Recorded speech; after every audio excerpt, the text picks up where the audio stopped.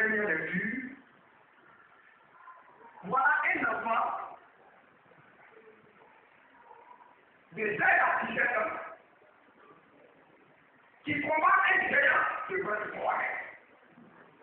Entre nous, le combat est déjà déséquilibré.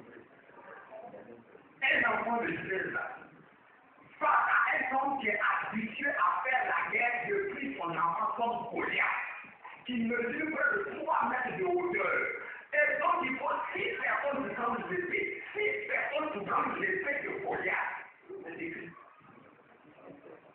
C'est un enfant de 16 ans qui l'a piraté. Les armes avec lesquelles nous combattons ne sont pas jamais. Si nous combattons dans la chair, si nous marchons sur la terre, nous ne combattons pas sur la terre, car les armes avec lesquelles nous combattons n'ont rien à voir avec les armes du monde. Tu m'as dit que tu crois en Dieu, non? C'est ce que tu m'as dit. On va te dire jusqu'au bout pour voir si tu crois en Dieu vraiment. Dis que tu es prêt à faire comme Dieu le dit. C'est le roi David, car c'est lui qui nous a dit. Je tiens devant Goliath, qui depuis combien de jours, depuis 40 jours, terrorise Israël. S'il y a garçon parmi vous là-bas qui vient devant moi, je ne regardez pas. Il y a garçon en Israël. On n'a qu'à devant moi, on ne pas. Au lieu que les armées se battent, c'est trop long. On veut 2 personnes. Celui qui gagne, l'autre pays a gagné. Celui qui gagne, son pays a gagné. Au lieu de se tirer, de s'appeler, non. 2. Votre meilleur combattant a envoyé 2. J'ai été très heureux d'entendre ces 2 lectures ce matin. La manière dont ça a été lu, j'ai failli même applaudir. Applaudissez le lecteur.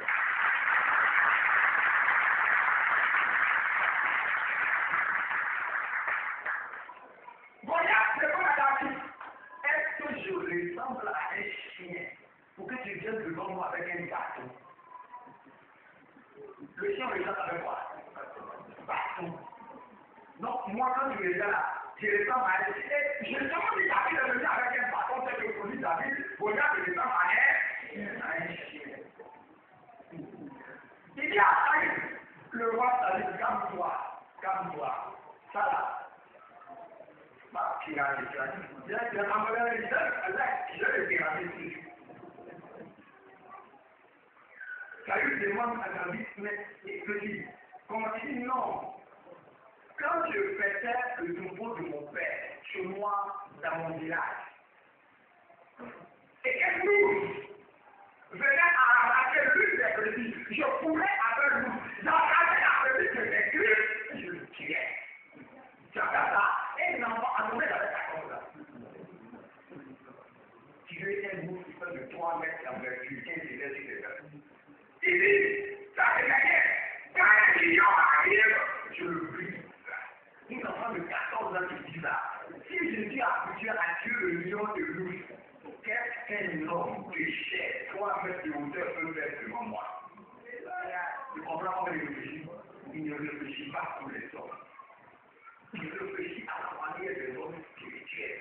Si je fais 1 plus 1 égale 2, le jour où j'arrive au bac, on me pose la même question. 1 plus 1, est-ce que tu me bâtis? C'est égal à combien? 2. Oh, j'aime cela. Ce sont des secrets qui sont dans la Bible. Si tu as eu la victoire une fois, tu l'auras encore une deuxième fois. Bien que tu ne t'es pas dit, la Bible suffit à obtenir la victoire pour nous. Amen. C'est tout ce que ça vous fait. Christ a obtenu la victoire pour nous.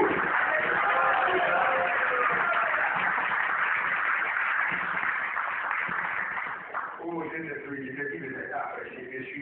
Faut pas qu'il se descende du frère. C'est bon. Deutéronome 16, la 3e lecture, verset 7 17. Dis quoi exactement? En parlant de la moisson, de ceux qui sont faibles, de ceux qui sont petits, de nous qui n'avons pas beaucoup d'argent, Dieu peut t'aider à devenir millionnaire. Parmi vous, il y a des milliardaires qui sont cachés, mais qui ne se sont pas encore révélés, parce qu'ils ne connaissent pas les secrets d'où Dieu peut les envoyer. Dieu, ça rentre avec eux avec un. Mais à présent, tu ne le sais pas, tu ne le vois même pas. Mais ce matin, gloire soit rendue à Dieu Nous avons soulevé le couvercle de la poubelle de Satan. Pour lui dire, on voit comment tu veux tromper à moi. Quand nous allons voir dans la poubelle, nous allons regarder, plus jamais nous allons défendre la poubelle, car maintenant nous saurons comment donner et gagner la victoire et être plus riche. C'est plus riche en millions, il va devenir millionnaire. C'est de ça qu'il s'agit. Il faut d'abord que tu le crois. Il faut d'abord que tu le crois. C'est pas parce que le propre prédicateur est en train de parler, de dire oui, et de dire là, beaucoup de parler de dire amen. Il faut que je oh mon Dieu, je sais que je vais devenir millionnaire. Prends Proverbe 4. Prends un peu Proverbe 4. C'est par le même à partir de prends Proverbe 4. Verset 3. J'étais un fils pour mon père. J'étais un fils pour mon père. Un fils tendre et unique auprès de ma mère. Oui. Il m'instruisait alors. Oui. Et il me disait. Que ton cœur retienne mes paroles. bon, tu entends? Que ton cœur retienne mes paroles. Observe mes préceptes. Observe mes préceptes. Et tu vivras. Et tu vivras. Acquiert la sagesse. Acquiert la sagesse. Acquiert l'intelligence. Acquiert l'intelligence. N'oublie pas les paroles de ma bouche. Vous savez ce que ça veut dire en hébreu acquérir, acquiert.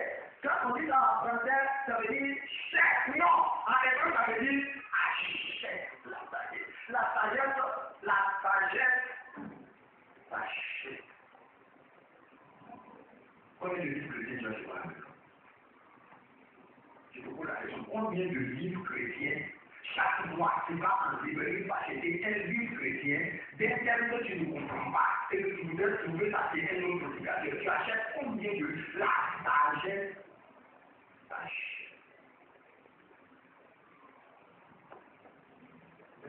Celui qui veut d'accord donner chez moi, je vais vous montrer le nombre de vidéos, le nombre de CD, le nombre de livres, le nombre de cassettes, le nombre de livres que moi-même j'ai fait depuis plus de 10 ans. Vous connaissez que ce n'est pas un hasard de me trouver devant vous ici ce matin. J'ai acheté et tu vas. Continue. Ne l'abandonne pas. N'abandonne pas la sagesse. Achète-la, pousse-la. Elle te gardera. Et elle te gardera. Aime-la. Elle-la. Et elle te protégera. Elle te protégera. Voici le commencement de la sagesse. Voilà où ça commence. Acquiert la sagesse. Achète la sagesse. Et avec tout ce que tu possèdes. Avec tout ce que tu possèdes. Acquiert l'intelligence. Achète l'intelligence. Exalte-la. Exalte-la. Et elle t'élèvera. Et elle s'élèvera. On n'est pas premier par